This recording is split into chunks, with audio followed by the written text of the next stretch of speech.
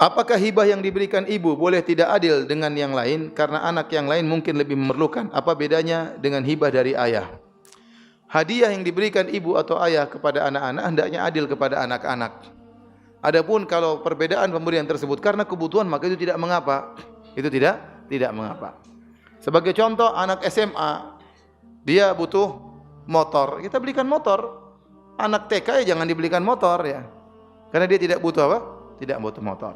Anak sekolah ini kuliah dia butuh biaya, kita berikan kos-kosan. Ini kan biaya semua, sebenarnya itu pemberian. Tapi itu berkaitan dengan kebutuhannya. Anak kita yang masih kecil, maka tidak perlu kita berikan.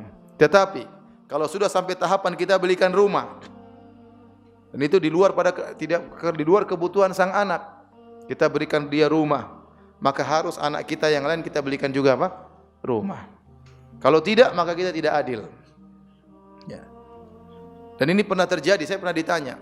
Jadi Ustadz, kakak saya dibangunkan rumah oleh orang tua. Saya tidak dibangunkan rumah. Kemudian setelah bangunkan rumah untuk kakak saya, orang tua saya meninggal. Sehingga dia tidak mendapatkan warisan. Kakaknya yang dapat. Ini tidak adil seperti ini. Ya tidak adil. Nah kalau kita mau anak kita butuh rumah, kita bangunkan rumah, tapi atas nama kita. Bukan atas nama sang anak. Sehingga tatkala kita meninggal tetap jadi harta warisan. Paham? Kalau enggak kita bangunkan juga buat anak kita meskipun dia kecil, kita sudah siapkan ini untuk dia nanti kalau sudah besar. Karena pemberian hadiah tanpa keadilan maka ini kezaliman.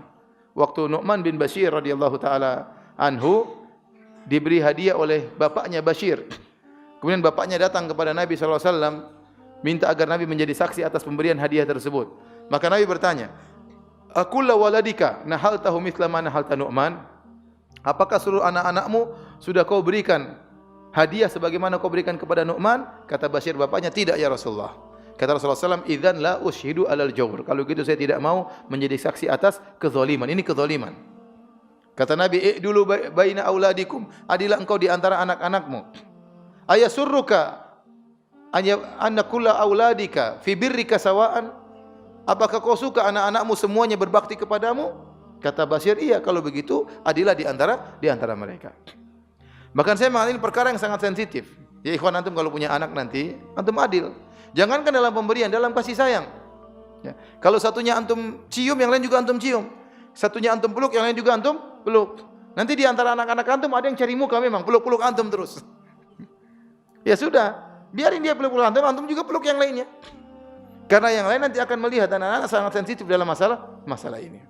Terjadi kecemburuan di anak-anak. Jadi, bukankah kakak-kakaknya Yusuf cemburu kepada Yusuf? Kenapa? Mereka merasa Nabi Yakub lebih sayang kepada siapa? Yusuf. Ahabbu ila abina minna. Yusuf dan Benyamin lebih disukai daripada kita. Ya, apalagi pemberian. Sangat menimbulkan kecemburuan. Dan ini akhirnya menjadikan anak-anak tidak berbakti kepada kita. Maka, saya ingatkan sebagai orang tua hati-hati. Ya. Kalau memberikan kepada anak semuanya dikasih. Anak saya ya umur 5 tahun, waktu saya cium-cium adiknya umur 2 tahun, dia protes. Dia bilang, "Abi," anak saya Zainab, "Abi kenapa Habibah Abi cium-cium, Zainab kok enggak dicium?" Saya bilang sama anak saya yang umur 5 tahun, "Zainab, kamu dulu waktu kecil juga Abi cium-cium. Kamu enggak ingat, sekarang gantian." Oh, baru dia ngerti. Tapi dibilangin. Karena dalam anak itu ada kecemburuan yang luar biasa. Kalau kita lihat satunya senyum, satunya kita marahin, satunya tidak pernah kita marahin, itu akan menjadi catatan bagi mereka. Itu catatan bagi mereka. Terkadang kita harus perhatikan kepada salah seorang anak karena dia punya kekurangan. Itu harus kita jelaskan sama kakaknya. Sayang, ini adikmu sakit, jadi ibu harus lebih perhatian banyak. Kamu jangan cemburu lah. Saya perhatikan adikmu karena adikmu sakit sementara kau sehat. Kau bantulah ibu perhatikan dia. Karena kalau dilihat kita perhatian sama dia, lama-lama dia cemburu. Kenapa si adik diperhatikan terus? Padahal adiknya lagi sakit, butuh perhatian khusus.